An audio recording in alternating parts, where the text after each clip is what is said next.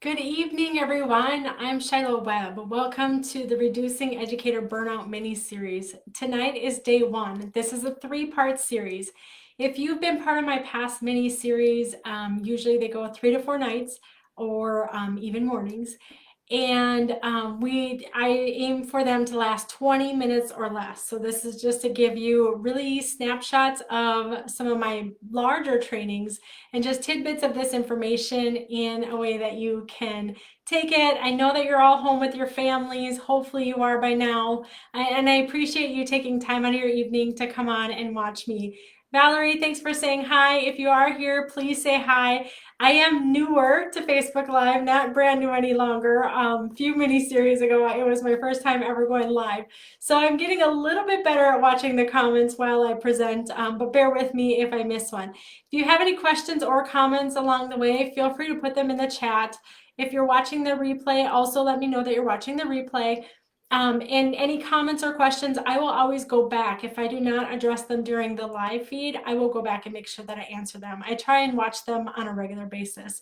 But just like you, we have full-time jobs, right?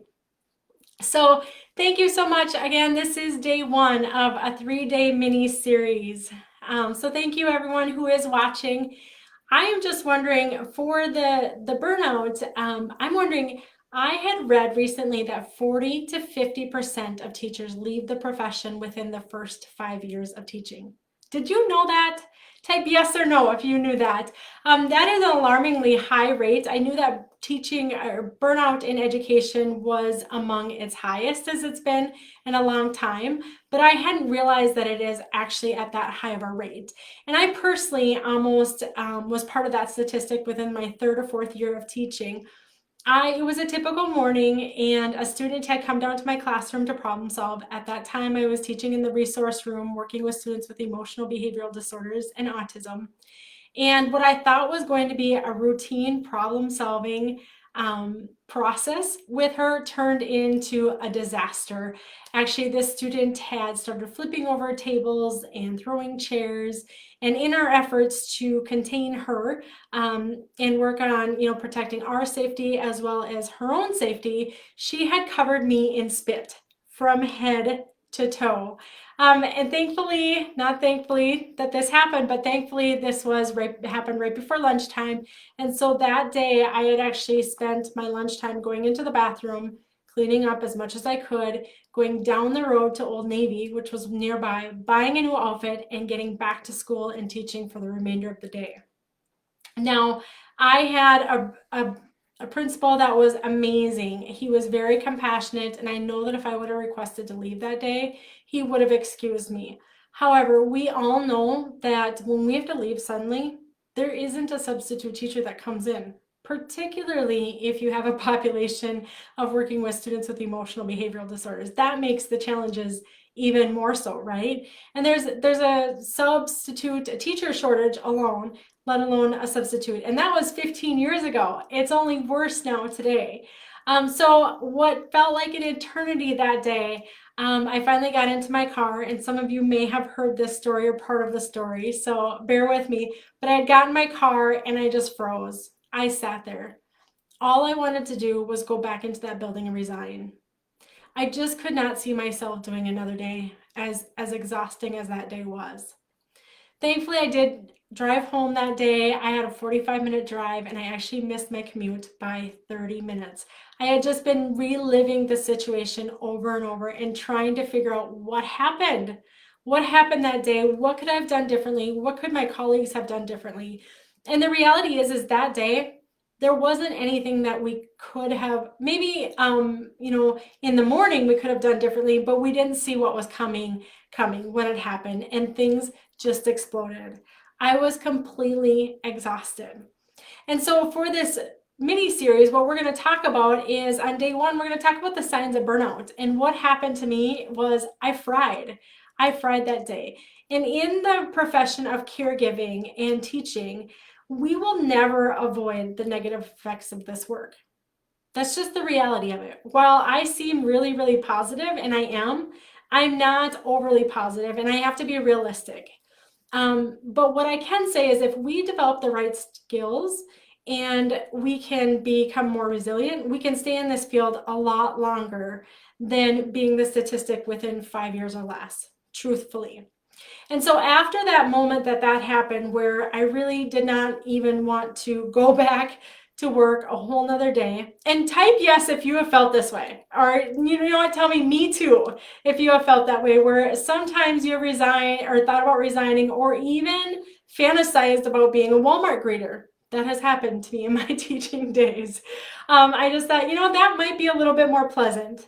And that is the reality of this challenging field. So while we're never going to avoid what it means to be burnt out, thanks, Patricia. At least I know someone's with me. Well, we're never going to avoid the pain and the suffering that comes with being a caregiver or an educator. What we can do is we can develop skills that make us more resilient. So it's really not a question of if we're going to burn. It's a matter of when in our career we are going to burn. And that is the truth. I have been in education for over 22 years, and honestly, I see the new teachers come in so excited, so enthused, and I'm sure you were all there, as well when you first started teaching, or even at the beginning of the year, and then you go through that hump and you just start becoming fatigued and exhausted. And that's usually around the time, like 2/3 way through the year, 3/4 of the way, that I think about, I wonder what it's like to stand in Walmart and greet people for a living versus dealing with all these demands. And while it's just a couple days that I might think that, or very temporarily, the truth is I do think about leaving. And educators more than ever have thought about that. A recent survey in our local district, about 55% of the teachers had reported that they had considered leaving. Now, with the impact of COVID-19 and what that has had on educators, students, and families, that presents a whole new layer of issues, particularly when it comes to the overall well-being of educators. And as you know, in this Facebook group, this is about you as an educator, your own well-being, and making sure that you are here and serving yourself the best possible. So thanks again for being here. So for this 3-day series, we're going to talk about tonight the signs of burnout. We're going to talk about how it occurs. And then on the third night, I'm going to teach you exposure on how we can begin to reverse that. So again, this is just surface layer information. I can't go into a deep dive because this information, it's 20 minutes or less.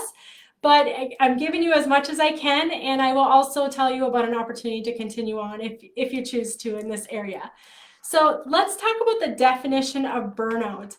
I'm not sure how many of you are familiar with Maslach. Christina Maslach is one of the first leading professors, I should say, that really looked at researchers that are on burnout as well as compassion fatigue. As caregivers, many of us experience bouts of compassion fatigue. And if it's not bouts, what happens is it turns into long-term compassion fatigue. So the definition of burnout is it is a psychological syndrome of emotional exhaustion, depersonalization, and reduced personal accomplishment. So that was back in '82. She had come up with that definition and had worked with other researchers to define that definition. It's been revisited over the years, and that is what they continue to come down to. So when we think about it, burnout ends up to be, as I've researched it and looked into more of the signs and symptoms, it typically falls in 2 separate buckets. So I'm going to see if I can share my screen here. Give me 1 minute.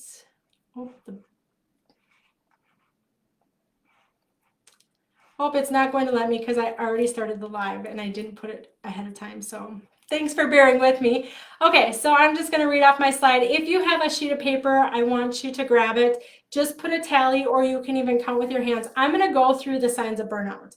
And it ends up in 2 buckets. It ends up in hyperarousal or hypo arousal. And I'll explain more of the differences between hyperarousal and hypo arousal in day 2. But right now I want you to think about, have you had any fear and anxiety with teaching? So right now with COVID, we might have fears around getting COVID. What happens if we're quarantined for 10 days, 14 days? What happens if our family gets it? What happens if it continues to cycle through our family and we have to be out of our classroom for 3 weeks? Are there any signs of fear and anxiety? Maybe you are feeling anxious about not getting enough work done, of not sanitizing enough, whether or not the parents are going to find you responsible for their child being sick or the entire class having to be quarantined. So I want you to put a tally if you had any signs or regular occurrence of fear and anxiety in the past 6 months. We're going to go through 12 under hyperarousal and then 12 under hypoarousal. So the next one is obsessive thoughts, the ruminating. If you were with me at the beginning of this session, I was ruminating my whole ride home. I was replaying the scenario over and over and over. I was wondering or trying to anticipate what was going to happen the next day. What could I have done differently? So I was either really anticipating what could happen in the past or reliving what happened, anticipating, what could happen in the future, or reliving what could happen in the past, or what happened in the past. That's ruminating. So go ahead and put a tally if you feel like you've been ruminating in the past 6 months. Sleep problems, any problems falling asleep, maybe just constantly thinking about situations, disrupted sleep, you're waking up in the middle of the night. Those are common sleep problems. The next one, irritability or easily angered. So if someone asks you, why didn't you get something done, or how you're working on something, you just feel very defensive and you're protecting yourself, or you're feeling easily agitated by those near you or asking you to do one more task. Go ahead and give yourself a tally. Disease, and on the PowerPoint, it's dis-ease. And what that means is when we are out of alignment or ease or harmony, what can happen is we get interruptions and it results into disease. So if you're feeling like your just illness is coming on or you're having more health problems, you would want to tally yourself, give yourself a tally for this. And because I can't share the slide right now, I will definitely follow up and make sure that you have a checklist. Weight problems, any gaining of weight since COVID-19, any loss of weight. Now this may be hard because we have not been able to be as physically active, but if you are gaining weight, particularly in the midsection, where the cortisol, when the hormone levels spike, we gain weight here, you definitely want to maybe give yourself a tally. If you've been eating a lot more unhealthier foods due to the stress to help manage, you could give yourself a tally here. If you have been experiencing poor concentration since in the past 6 months, so it's really, you know that you have to get a task done, but you're so easily distracted, or all you can do is think about all the things that you have to get done and you're spiraling in your head, you want to give yourself a tally for this one. Digestive issues. That is upset stomach, common upset stomach, maybe going to the bathroom frequently, or even constipation. So it goes either way with digestive issues. Maybe just feeling like your stomach's turning, it's hard to eat, or that you're not hungry. That's another sign of digestive issues if you haven't had them in the past. Give yourself a tally if you've experienced that in the past 6 months or so. Immune problems. Are you getting sick frequently? Are you catching the common cold that's coming by? Are you just lethargic? Or another sign is mono, happens over time, too much stress. You want to give yourself a tally for this one. The next one is hypervigilance. So that just means you're hyper aware. You might be even jumpy. So if someone comes up to you or they're right behind you, you might spook really easily, or you might be really in tune or paying attention. What are people saying? What are they tuning into? How are they feeling? So you might be hyper aware of things. You'd want to give yourself a tally if this sounds like it describes you. The last one is impulsive, or even just like too involved with situations and you feel like you have big reactions. So you might emotionally respond to a situation that in the past you wouldn't have really been that involved with or felt that strongly about, and now you're becoming really reactive. So of that list, that's the hyperarousal. That is a hyperarousal sign of burnout. Of that list, of the 12, how many tallies did you have? If you are so brave and you're willing to share with us, please write your number. How many out of 12?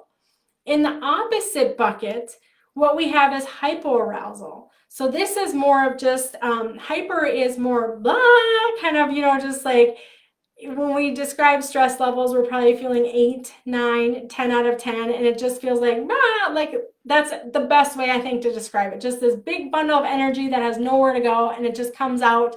It squishes out sideways in many ways that we don't want it to.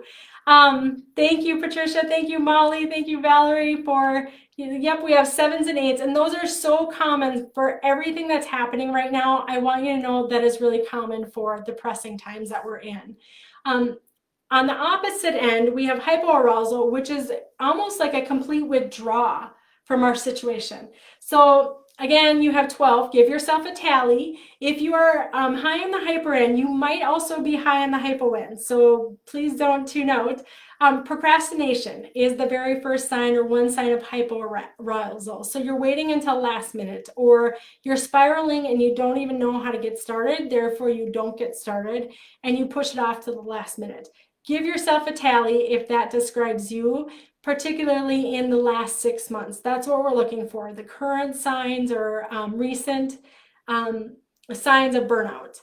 The next one would be under-responsive to one's environment. So this is more of, meh, doesn't faze me. You just don't seem to be responding appropriately to the situation. So if a student gets really acts up in your classroom, you can be completely chill to the point of maybe you're not even connected to it. So I'm not saying being calm and set back and being logic about it. I'm saying more of that disconnect about it. Give yourself a tally if you seem to be under responsive to some of the situations that most people are having some form of reaction to. The next one is completely checked out. So it's just you're not really fully engaged with conversations. You're not really fully engaged with the times. You're just kind of sitting back. And even sometimes you want to be engaged and you just can't. You're just even moments where we're highly stressed, we'll just kind of zone out in the situation of being in the staff lounge. If any of you get to be there right now under COVID-19, right? Many of them are closed. So give yourself a tally if you're completely checked out. Maybe when you get home, you know that your kids are trying to tell you something important and you can't even tune in. That would be a tally of checking out. Relational problems. So this is when you know that you need to serve those in your life, those I'm talking about those close to you as well as the students, and you just can't muster up the motivation to do it. And you just kind of shut down. That would be a sign of relational problems, or you're just not going to put in the work that you need to. The next one, dread. You just dread going to work. Or maybe you dread spending the second half of your day at work every day. So maybe the morning you get through, but then all afternoon, it is just that feeling of you dread doing that. You would give yourself a tally.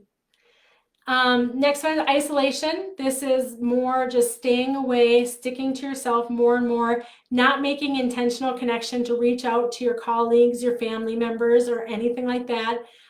This is really just sticking to yourself and trying to figure out all your problems out by yourself as well. That would be a tally. Blame is the next one. And so this is more of just feeling like I am not in a position of power. What it is that my external environmental factors that are all impacting me, and it's that fault. It's someone else's fault other than my own, and that there's no control that I have over this situation. So that's where we end up blaming people, and not people. Sometimes it's just circumstances or the environment, or it's COVID-19. So give yourself a tally if you feel like that has been a reoccurring quality or a reoccurring issue right now for you. Hopeless. If we feel like there's nothing that we can do. We've just kind of given up and we've given in and we just go with the flow as much as we can without any type of excitement, curiosity, or joy for the situation. You tally. Sleeping, lethargic. So if you're sleeping a lot more than normal, you are going to give yourself a tally. If you need tons and tons of sleep, definitely tally this one. This is under hypoarousal. The next one is chronic fatigue. And I know that they seem to go hand in hand, but chronic fatigue is no matter what you do, you're exhausted. So it doesn't matter if you have that cup of coffee that used to wake you up. It doesn't matter if you get 8 hours of sleep, you still feel very tired. It doesn't matter if you listen to some of your favorite songs, you still have that continuous part where you're just tired all the time. That's what chronic fatigue is. So the one before, sleeping and lethargic, just means that you need more sleep. It takes a while to come out of that, and wake up. Chronic fatigue it happens all day long, no matter what you try. It just doesn't seem to change. You'd give yourself a tally. Disassociated, meaning you're not connected any longer to your own feelings, mostly, as well as other people. But usually we start disconnecting to our own feelings. And this is a body's trauma defense system that you have going on, so it is meant to be protective. But it is where we just disconnect from where we're at and not checking in. So give yourself a tally if you've experienced that. And then the last one is just little to no drive, where you just can't make deadlines even when you really want to and you intend to. You just don't have that drive. You're waiting till last minute, and chances are you might not even be getting things in. So out of 12, how many did you have for the hypo arousal? If you are brave enough and you have the courage to share, please do. Again, remember, when we own where we're at, that's the first place. So then we have something to work with, and that's how we can bring about change. So that's what our mini lesson is today. We're talking about the beginning signs of burnout. What happens is we have two buckets: hyperarousal, hypoarousal. Tomorrow we will talk about how we get to this place. How did we get to burnout? And I'm going to bring in some neuroscience to you. So it's more, I get to geek out on emotions and our energy systems and all of that. And we're going to talk about, if you are feeling burnt out, how that could have happened. And then day 3, we are going to talk about the prevention of it. Of course, I will share some prevention tomorrow as well, but we're going to geek out on neuroscience. So thank you so much, everyone who joined me for today. Today was just that assessment. You learned the signs of burnout. I will make sure that you get access to this PowerPoint. I'll upload it. My apologies that I wasn't able to share it. Thank you for your grace in that. And we'll see you all tomorrow night at 7 p.m. Thank you so much for joining me. Bye. Have a wonderful night.